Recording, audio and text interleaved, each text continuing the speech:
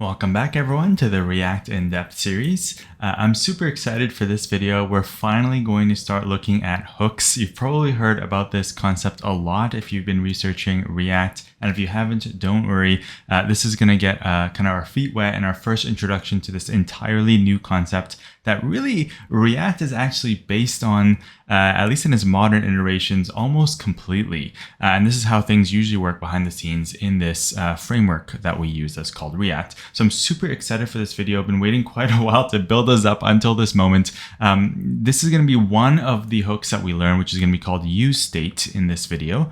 And it's going to set us up really nicely for a lot of other hook-based videos coming forward after this. And this concept of hooks in general, I'm going to first introduce in this video, and we're going to build up on this concept as we start learning the other hooks. However, this useState hook in particular is so crucial and so important to understanding how React works because frankly, almost everything we're going to be doing in React one way or another is probably going to be using useState in one way or another.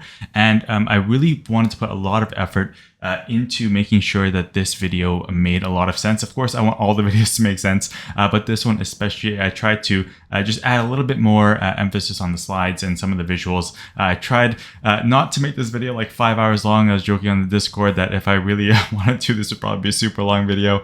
So I tried to condense it and keep as much of the kind of the meat on there as possible so that we can actually learn really kind of the nitty-gritty stuff that sometimes you don't see when you're learning this topic for the first time. So enough of me yapping. Let's just get right to the content so I can yap more over there while you have some visuals. All right, so let's just start like very high level, okay? Now, if you think back to when we first introduced ourselves to React, right? I kind of had this whole bunch of different blocks of what React is, like this reactive UI. It's declarative. There's a state management and a whole bunch of other small things in there. Now, the most important thing for us to remember when we're thinking of hooks, specifically in this case a useState hook, which we're going to see shortly, is just to remind ourselves what React actually is and what the point of it is, right? That sounds a bit silly probably, but it's so crucial to understanding kind of what the goal of useState is in the context of React and web development. So if you think about React, the point of React, at least the core principles of the React framework, are to create what's called a reactive UI. That's actually where the name React comes from, right? A reactive user interface. So what does that actually mean? Well, that means that, for example, if I click on a button, I want to be able to see something update immediately visually inside the DOM. Or if I, click on, like, let's say a product card, like maybe some details pop up or something visually changes and the interface that I'm dealing with is kind of reactive to my touch or to my, by clicking, for example, right? So if you think of, for example, like a tablet, like let's say an iPad or something, they put a lot of effort into making sure it's as reactive as possible. So when you're tapping on things, there's subtle animations, the movements are all kind of pretty smooth. And when you're clicking on things, you have some sense of reaction from the tool that you're using, so you know that things are actually happening. And that's really the essence of building user interfaces and the idea of user experience in general. So at least when it comes to web development. And when we combine this idea with this idea that we learned recently of components in React, where we can kind of declaratively make these different components like a nav bar or like a profile or a footer or a header and things like this, we can kind of mix and match these different things and put them together. And if each of those things happens to be reactive in its own kind of little way, then it's really easy for us, I say easy, it's a dangerous word to use in development, but it's quote unquote easy for us to build our interfaces without having to think about kind of the plumbing and the things that go on behind the scenes. We can just kind of focus on like, what is it that I want to show to the user and how do I want the interface to react to the user? Okay, now you're probably like, oh my gosh, Nader, like there's only 2 points on the screen. Can you please move on? I'm itching to see these a whole bunch of other tabs that you have down here. So yeah, let's get right to that. But really, like I can't emphasize enough like how important it is just to remind yourself of this fact, right? Like what is the point of React? It's a reactive framework to build user interfaces, and we use components to do that. And we're going to see our first examples using this useState hook on how that actually works. Now, I want to show you things that don't work first, just so we can build up an intuitive understanding of how kind of React fixes this for us with hooks. So I have a kind of reactive UI question mark here because this is actually not going to work. So let's take a look at this function over here. This is, let's say we're using React here, right? So we have a button, and I'm creating a variable here using let. It's called count. I'm initializing it to the number 0. And then I have a arrow function here called add. And all add is doing is when it gets called, we're going to increment count by 1, right? So count plus plus count is going to go up by 1. So it'll change from 0 to 1 the first time. And then it'll go from 1 to 2, 2 to 3, etc. And then what we're doing is returning some JSX here, in this case, a button. The button has an event handler for the click event, and it's pointing to the add function. So it's going to basically call the add code whenever this button gets clicked. And the text inside of the button just says count, and then the number beside it. And it would basically visually look kind of like something like this, right, in the actual interface. So we'll have count and then the number 0 to start, because that's what we initialize our count as. Now, what's interesting here is that in theory, if you look at this code, you'd think like, okay, yeah, like I would click this button and then it's going to call the add function, and then count is going to get incremented by 1. And then count will be 1 from 0, and then it should show count is 1. Right? Like that's kind of like intuitively what you would think would happen when you actually see this for the first time. So it turns out that that is not what happens. Okay. And the reason is with how React deals with components, how it deals with what we're going to learn, which is called state, and how that all gets rendered on the DOM, which means how it visually shows up and actually gets turned into DOM elements and rendered to the actual screen for us to actually look at, in this case, like this button over here. So let me kind of prove this really quick in the code, and then we'll slowly add to this and fix it over time as we learn how to actually use the useState. So I'm going to switch over to my editor over here. I'm going to open up, so I have a folder open as usual. I'm just going to run npm create vite project at latest. I'll let that run over there. So we're going to do this the first few times with it not working, just so you can see why it not works intuitively, because it's really important to understand that. So here I'm just going to say, I'm going to call this state. I'm going to make sure I use React here, and I'm going to use JavaScript there.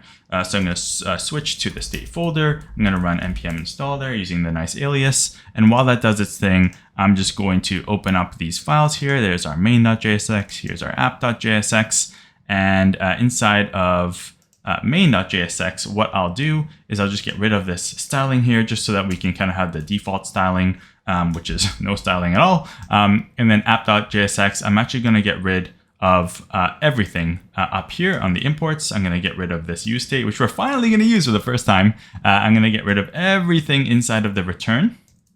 And I'm just going to return in here a button. And it's I don't know why I enunciate button like that, button and instead of button, but okay, it is what it is. And I'll say click, and this is going to refer to a JavaScript variable. I'm going to define that variable up here using let, because we want to increment this variable, so it's going to go up. So that's all done over there. I'm just going to run npm run dev, and that should start the dev server there. And I'll just open that up really quick here. Control or command click. That's going to open up in my browser. And this is still showing because I haven't actually saved anything yet. I'll just open up the dev tools here just so we can have that ready. I'll switch back here and hide that so we have more space. Count is going to start at 0. And I'm going to say, I'll just do const add is going to be an arrow function. And all it's going to do is do count plus plus. Okay. And then the on click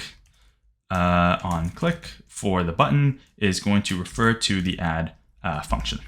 All right, now I'm going to save that. And I know I have it labeled as button in my slides there, but hopefully this also makes sense, just so I don't change too much code around. This is being imported over here and being displayed here in our main.jsx, and all that we're showing is the button to the screen. Right, so there we are. There's our button. You can see that it shows a click, and actually there's no number beside it right now because I forgot to put my count in here. So there's my count, and you can see that there I have my count of 0 right beside the click button. Let me zoom in a little bit more just so we can see that nice and clearly. And we can see that in here, indeed, there's click and 0 inside of that button. Now, check this out, right? I click on this and nothing's happening. So what is kind of wrong? Like, why is this not working? Is it because our function is not running? Well, let's test that out, right? So I'll come here and I'll put some code around this. And not only will I do count plus plus, but I'll also console.log the count just to prove to myself that this function is actually running properly. I'll save that. I'll come back here and I'll go to my console and I'll click and look at that. So it is working, right? So I'm actually getting these logged out. 1, 2, 3, 4, 5. Count is actually going up, but this is still 0, right? So what is up with this? What is happening? And this is really kind of the core of what it means to understand how state works in React, and really the entire purpose, frankly, of the framework, at least on an intuitive level. So I'm going to switch back to the slides here.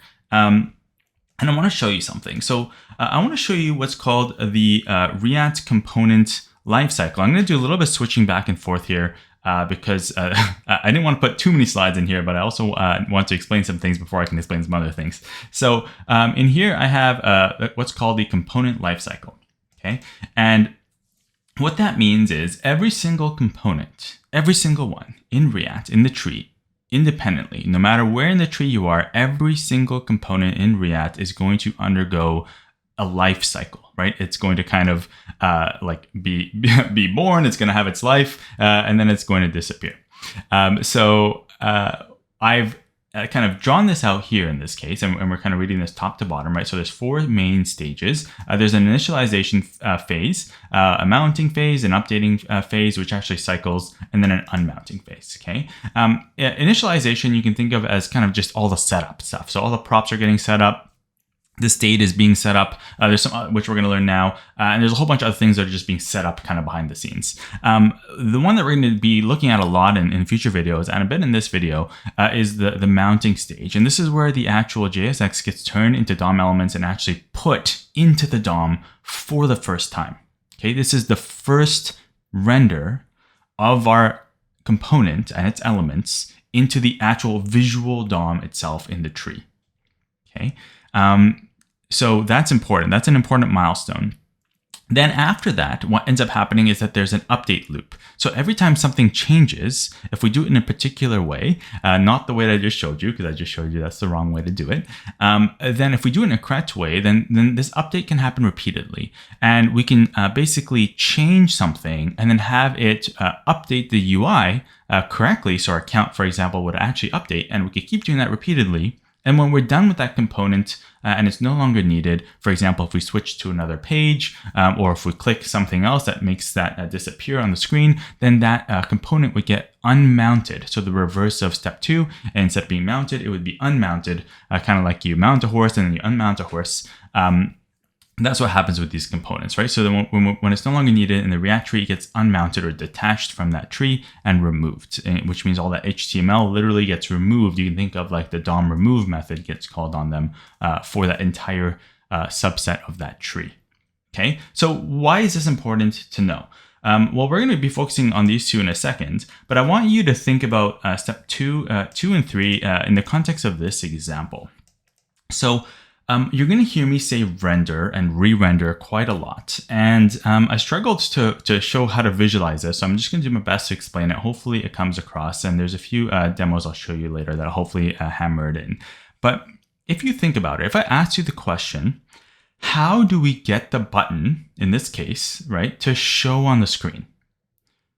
Right? Like just that question. How does this button show on the actual document, on the like as HTML in our browser? In this case, I'm using Chrome. Well, React, it knows that this is a component and it's going to call the function. Like it's literally going to call button, put brackets after it, and it's going to execute all this code. And this function returns some JSX. And React knows that if it returns JSX, that it should turn that into DOM elements and kind of put it into the DOM tree for us. right? So it's literally going to call React create element on this, turn it into an actual button node in the actual DOM API, and then put that button along with the text content inside of it, as well as an event listener on it inside the actual, the real DOM. Okay, so that's what it means to render something. It's going to literally call this function. We're going to call button, and it's going to get the return value and put it in the DOM. That's what rendering means. It's literally as simple as that, right? That's the beauty actually and simplicity of the kind of React functional programming paradigm. Now, the challenge with this is I want you to think for a second. If the only way I know how to render something to the screen is to run the function so I can get the JSX, well, what's going to happen to, in our case, count every single time we run this function? Well, it's always going to be initialized to 0, right? Every single time that this function runs, count is going to be 0, right? Now, that is kind of a problem, right? Because we want a way for our components to have a way to like store data and like some kind of information that's unique to that component, like in this case, the counter. But we don't want it to get wiped out every single time that the UI needs to update and that component needs to re-render, which means we have to run that function again to get the new JSX, right? Because we want to be able to have count kind of like somewhere special maybe, and then we save it, and then we can update it somehow, right?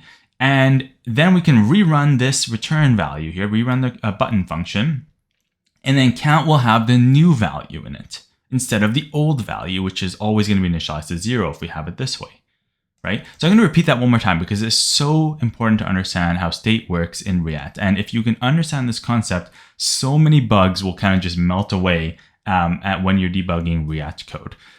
In order to re-render anything in React, we need to run the function for that component. In the process of running that function, we create all the variables in there. We recreate the JSX and put those variables in the JSX. But if we're initializing variables like this, right, inside of the function body, those are not going to change, right? Those are always going to be the same. So it's going to be challenging to have stuff like this when it's inside the function body because it's always going to get reinitialized.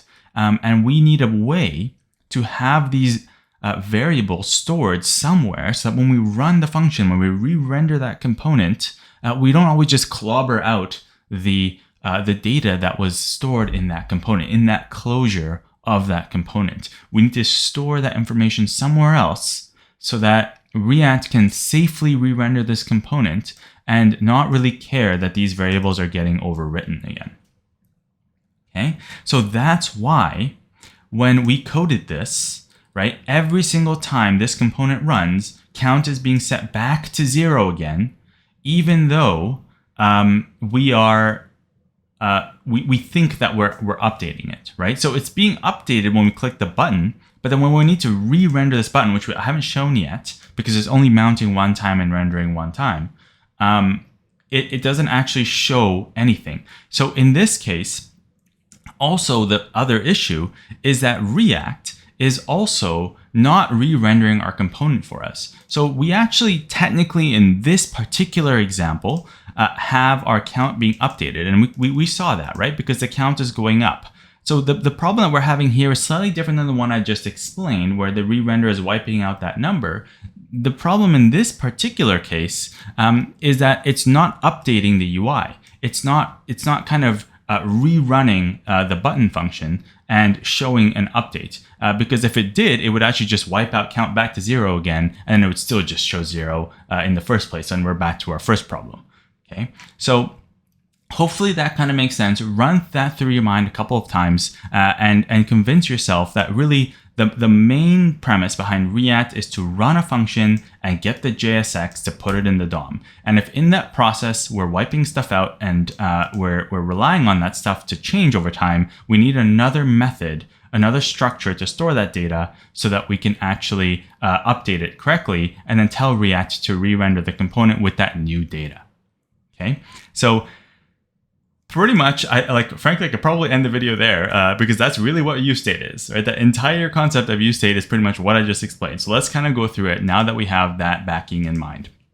So just to recap a little bit of this and really illustrate kind of what I just mentioned, if we focus on stages 2 and 3 here, the mounting and the updating of the component, we're going to run our button component. And when we first mount it, count is going to be set to 0. We're going to create the add function, and count is going to be set to 0 inside the button. The event handler is going to get attached properly. And we can technically update count, but it's not going to rerun button for us to actually get us a new JSX, because if it did, it would wipe out count and count would go back to 0. All right. So what is the solution to this?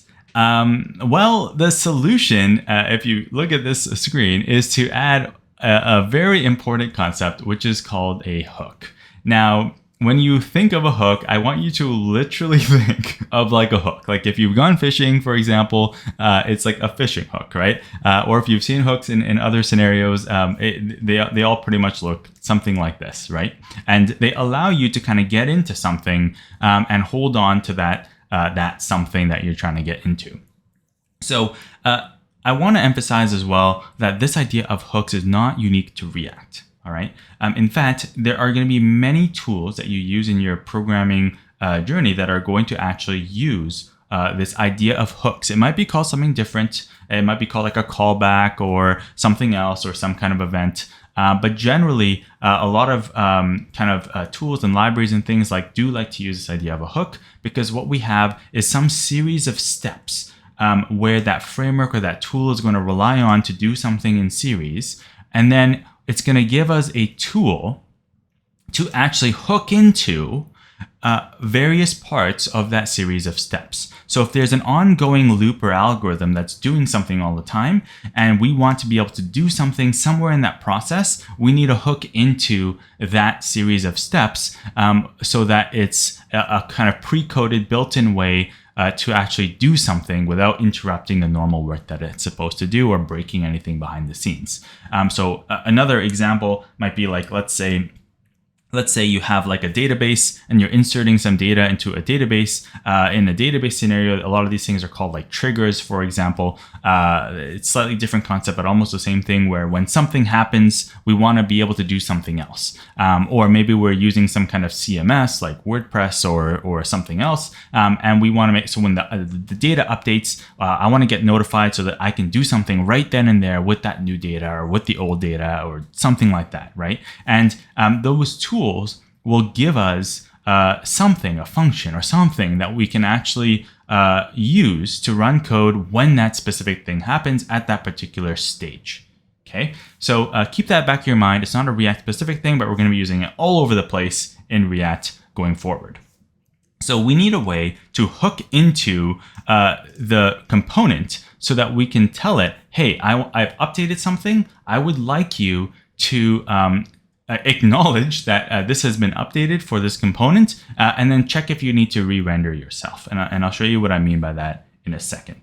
So that thing that I just mentioned in the context of storing data, which is what we're looking at in this video, in React is called useState.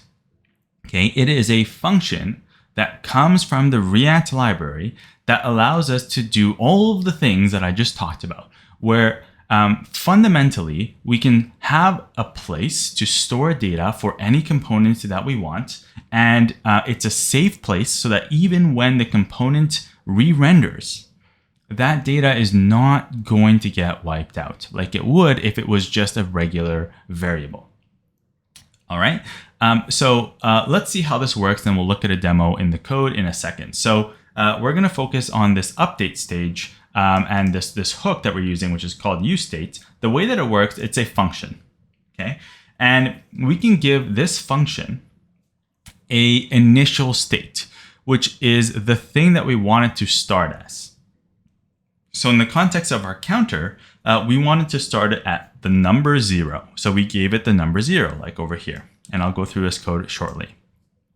Now the difference is that this function in React doesn't return just the value. It actually returns two things in an array. So most of the time we end up destructuring those two things like this, but not always. So be aware that this is just a destructuring syntax because this function called useState returns an array with two values in it. Okay, and those two things are the value of the state itself. So in this case, the 0 number that we're interested in. And it also returns a function that we can use to change that state.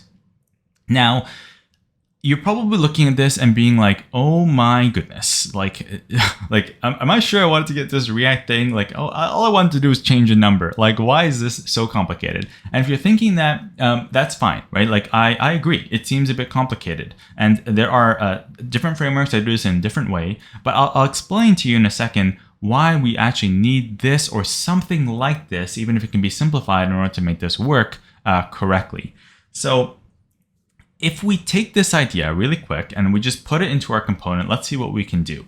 So we're going to import useState from React. So this is a function from the React library. So we import it like this, and it's a named import. We have our button component. The main difference is kind of right here on this line. Okay, we have, instead of just let count equals 0, we have let, and then I'm destructuring count and set count from the array that gets returned from calling useState with my initial value of 0. Okay, so if you compare this to this, it's almost the same, but a little bit more wordy, right? So, yeah, let's, oops, I went one too far there. I got too excited. So let's just go with this for now and see what happens. So we get back the count, we get back a function to change the count, and then we're setting it to start at 0 using this special useState function. And I'll show you a diagram of exactly what this is doing behind the scenes to really hammer this in. Now, what you'd expect to do is, okay, great, I have that. I'm going to use add. It's going to do count plus plus, just like before. I don't want to change that. Everything else is the same. Right? Now let's try this. This is not going to work. This is not going to work. So I'm going to prove that this is not going to work. And let's see kind of why. So I'm going to come up here, and at the very top of my code, I'm going to say import useState from React. Okay, so this is a named import. Make sure you have the curly brackets. It's not the default export from the React library.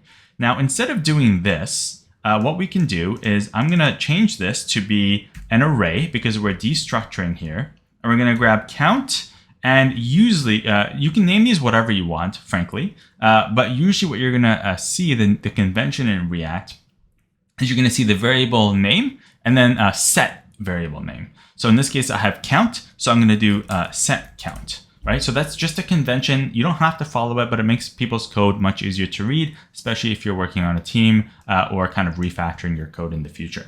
And instead of just setting it directly to 0 here, we need to wrap this in a useState of 0, starting at 0.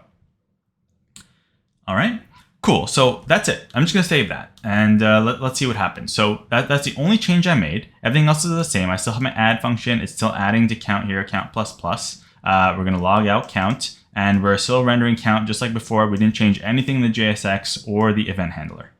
Okay, all we did was add this state to make it special somehow. So let's switch back here, and I'll reload the page just to have a clear console, and I'll click this button. Okay, so you're like, oh my gosh, that was so anticlimactic. That didn't work. All you did was make it more complicated and worse, and it still doesn't work. So yes, you'd be right about that. So this still doesn't work. Okay, and if that wasn't apparent with this big red X I had here, there's a reason for this. So you're probably thinking, well, you know, why did you have this set count here? Like, what is that? Why do we need that? Well, it turns out that in order for us to actually get this to work, we can't just change the state directly. Okay, so we cannot do this.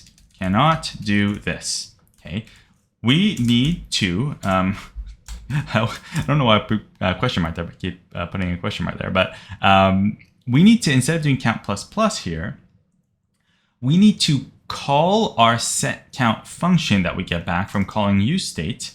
And this is a special function that's set up explicitly to do all the things that we just mentioned are wrong with this kind of code.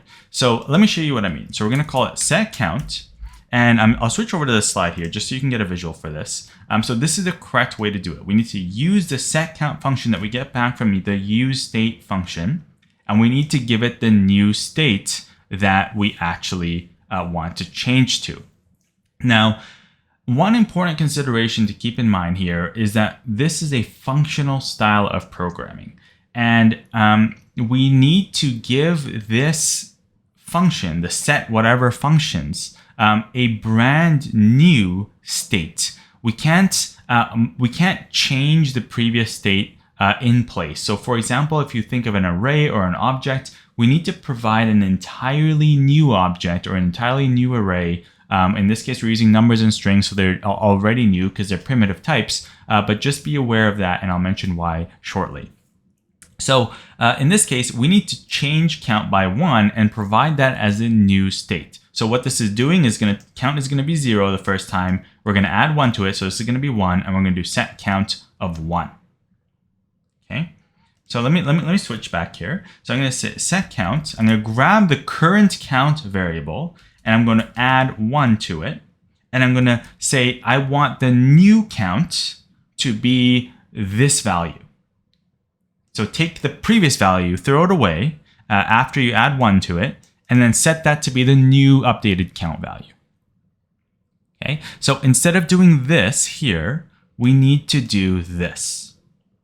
Now, with that single change, I'm going to switch back to Chrome. I'm going to reload the page, and let's see if this works. We're going to get 1, 2, 3, 4. This is actually 1 behind here, but I'll explain why in a second in future slides. So there we go. That actually works, right? So now we're actually getting our counter going up correctly. And you're probably confused as to why this is 1 behind, but I promise you I'll get to that in a second. Now, this is great. So this is what I mean by a reactive UI, right? We are if I reload this, I'm clicking this and it's reacting to my change. Stuff is happening and it's actually updating. So what does that mean? Well, we know that React is re-rendering this button for us automatically behind the scenes. So it's literally executing this function for us every time we click that button to get the updated value. So how do we know that though? I'm going to just comment out this console log over here, and out here in the main scope of the function, okay, just out where I created my add function and my other variables, I'm just going to console.log, and I'm just going to say rendering app.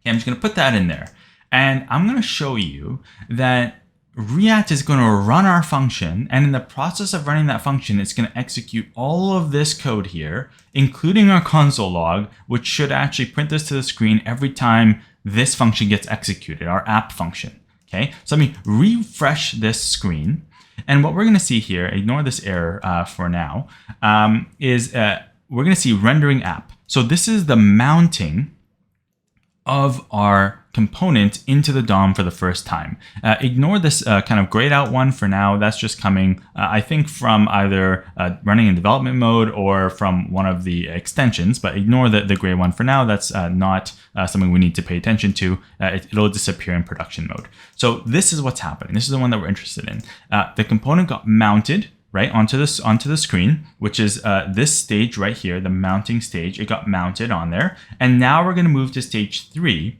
which is we're going to update that component. Okay, and that's what our hook is doing. We're updating it by using this set count in our code, which is this useState hook. So let's see what happens there. I'm going to click this one time. Clicked it one time. It went up to 1, right? And I'm getting another log here of rendering app. And again, ignore the gray one, even though it's coming from a different source, because that's I think because we're running in development mode for React. So we don't need to worry about that right now. So the crucial thing is, look at this. We're getting this log, which means that this is running. This line of code, line 11, is actually running for us when I click the button, which means that React is rerunning this whole function to get the updated version of this JSX, and it smartly this time updated count behind the scenes for us when we click the button, because that's what add does here. On click is called the add function. It called the add function. It did this set count thing, set it to be 0 plus 1. And then that is the new count. And then it re-rendered with that value of 1. And now if I click it again, we get another render, again, another render, and on and on and on. So every time the state is changing, we get a re-render, which makes sense, right? What we want is that when I have something that I want to display in the JSX down here, I would expect that when that thing is changed, that the UI updates and reflects that change, because that's kind of the entire point of a reactive UI, right? It would be really confusing if our state and our UI were not in sync. Imagine if count was like 100 and then I clicked the button and suddenly like it jumped to like 100 or something. That would be really confusing, right? So we use state to do anything regarding storing data in React components where we're using that data in the JSX to show to the user some content that needs to be kept updated. And how is it updated? Well, React is going to re-render the component by rerunning the function and getting the new JSX with that new state value. And I'll show you exactly how this is done in a second. But I really want you to focus on that kind of render cycle, because really, if you can understand that, everything else going forward will really be much easier, and you'll kind of speed up your learning of a lot of that stuff. So again, we can't do this. We have to use the setter function that we get back from useState in order to update that value. Okay, and I just want to show you something. If I just set it to be 1 instead of count plus 1, I'll save this. I want you to think, what am I going to see in my actual UI when I switch back to Chrome? Okay, so I'm going to reload this page. It's going to start at 0. Then I'm going to click it. It's going to go to 1. So it seems to be working. But I'm going to keep clicking it, and it just keeps going to 1. And if you notice, I'm not actually getting more re-renders either. So something weird is happening here. And I want you to keep this in mind as we go to some future slides. Okay, so this is permanently just always setting it to 1 instead of the previous count value plus 1. Okay.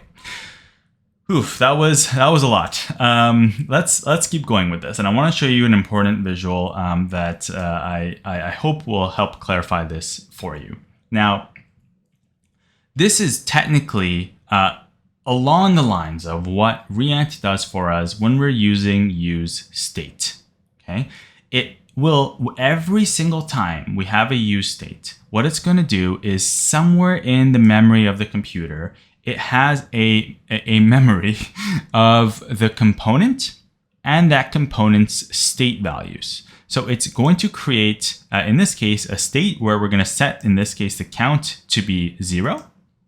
And this is outside of the closure of this button function. Okay, this is somewhere else. This is not inside of the button function, because if we rerun the button function, everything's going to get reinitialized anyways. So it would just keep resetting to 0, which is not what we want. That was the behavior back here, right? We don't want this behavior. We want it to remember what the previous values were. So we want it to not kind of store that inside of this button. We have to be storing it somewhere else. So we need this kind of like extra memory somewhere to store these values. So you can think of it just like this. This is pretty close to actually what happens behind the scenes. So every single useState call is going to get its own section in memory, and we're going to store that value permanently until that component gets unmounted from the DOM. Right? So every time now we update this, we're updating this state in the memory, and then React is going to rerun our button, and it's going to get past the new value that we updated that thing to, because that is being stored somewhere else. So it's not going to keep reinitialized to 0. It's going to go and fetch it, and it's going to have that whatever 1 or 2 or 3 value, or a string or an object or an array, whatever we set it to. Okay, now I think this visual really, for me, was the best mental model to understand how state works in React and why it's so tricky to actually get this working and to wrap your mind around it, because this is not really working in the confines of this component. It's working somewhere else and it's being stored and saved for us, and React knows and is smart enough to go and grab it and do all these updating things with it for each specific component, and also keeps the order for these states as well, which is pretty cool. All right, so hopefully that one makes sense. Now I want to show you something else that's also a bit confusing, but once you actually understand this kind of idea of it being somewhere else, and one other thing I'm going to mention shortly, it should make some sense as well. Now I want you to look at this code right here, and I'll demo it in a second as well, but I just want to focus on the visuals for a second. This is the exact same code that we had before. We have a button component, and that button has a count state and a set count function to change that state. It's going to start at 0. We have an add function. In this add function, we're going to do some stuff. I'll come back to that in a second. And we're returning the same JSX that we returned before, where we have the button, the on click is going to just call the add function, and its count is going to be whatever the value of count is, which is going to be initialized to 0, which we just looked at. Okay, so it's going to start like this right over here, like this button right here. So what does this add function do? Well, the add function is first going to log out count. Then it's going to set count to count plus 1, which is exactly what we were just doing before. Then it's going to log out count again, right? Now, intuitively, if you look at this code, you're gonna be like, okay, well, let's think about this. Well, it starts at 0. Then we're going to click the button, right? Then we're going to call add. So we're going to log out count. Well, it's going to be 0. So that should be 0. So that makes sense. And it is. I'm not. Hopefully, you don't freak out. You're gonna be like, "Oh my gosh, Nat," or like, "Please don't tell me it's not 0. I'm gonna lose my mind." No, you don't need to freak out about that. You freak out in a second. This part right here, set count. We saw that, right? This is gonna update the state. This is the thing that triggers this memory over here to get updated. Okay. My phone's going off over here. We need to update that state in the memory, and then once it gets updated, React is smart enough to re-render itself and update the JSX to actually give us that new value, to move from kind of something like this to something like this over here. So we would expect it to be 1. We'd expect count to be 1. But it turns out that when we log out count, right after set count, we get 0. So that is kind of shocking and confusing and just very confusing, right? Why is it 0? We'd expect this to be 1, right? So let me show you what I mean, because it's really important to see this in action. So I'm going to come out to my code here. I'm going to do a console log of count. We're going to do set count of count plus 1. I'm going to comment this back in here.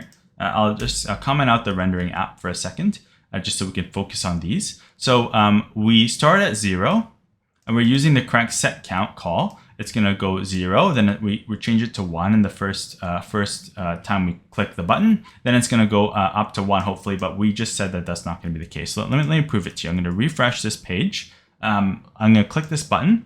It's going to be 0 and then 0, which is really confusing, right? Because if you look at this, the button shows 1, right? I'm going to click this again, and it's going to be 1 and 1, and the button's going to show 2. Click it again, 2 and 2. So it's kind of like, okay, well, why is it always like 1 behind, right? Like I kind of get that this first one is going to be 1 behind because we're doing that log before we do the set count. But why is the one after we do the set count also 1 behind? Well, the answer to that question really revolves around how this actually works in React internally behind the scenes, which is why I wanted to show this to you, because this bug also comes up quite a lot if you're not careful. This call right here of set count does not run right away. I'm going to repeat that because it's so important.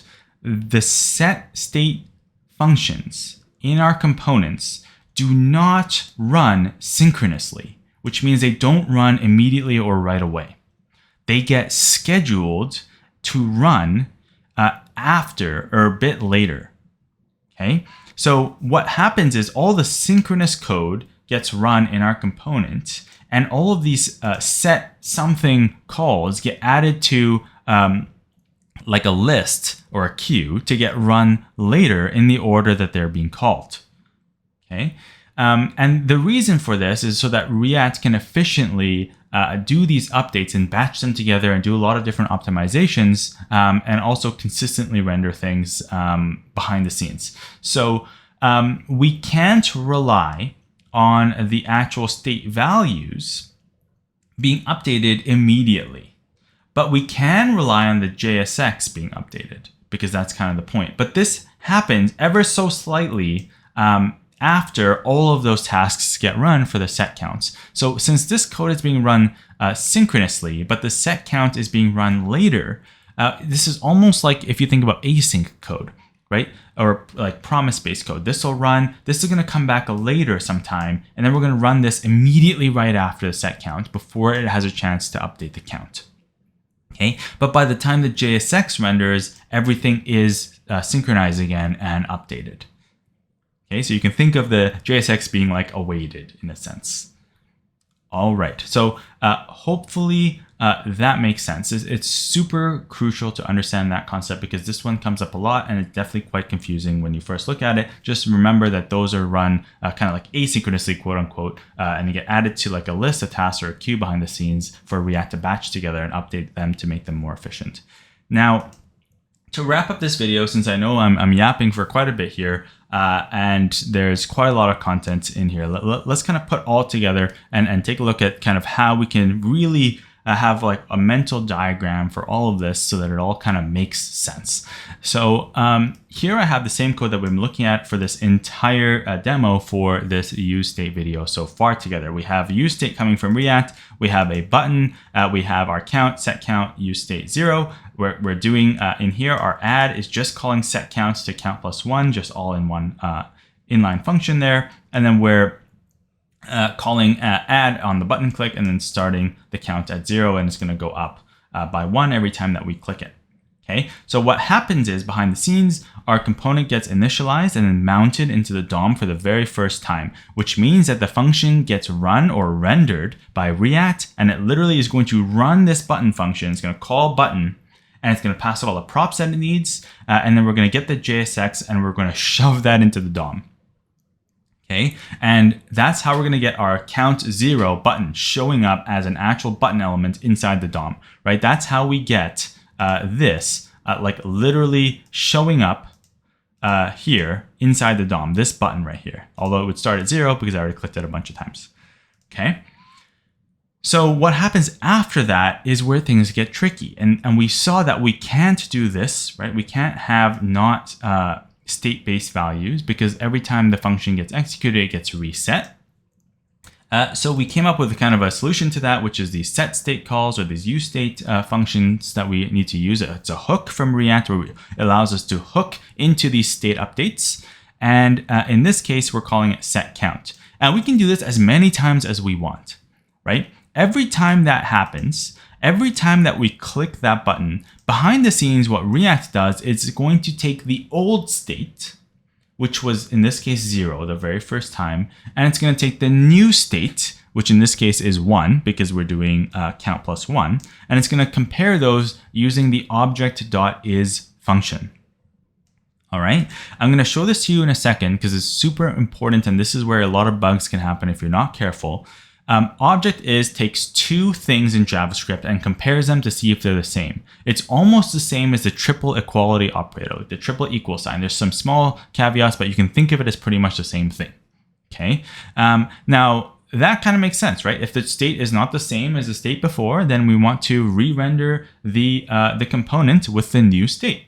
But there are cases where, for example, we have references like with arrays and objects where we have to be a bit careful with how we actually set the state. Now, if the state is different, I forgot to put a yes and a no here. So it is I guess this is false, and then or I guess this would be it is the same. So this would be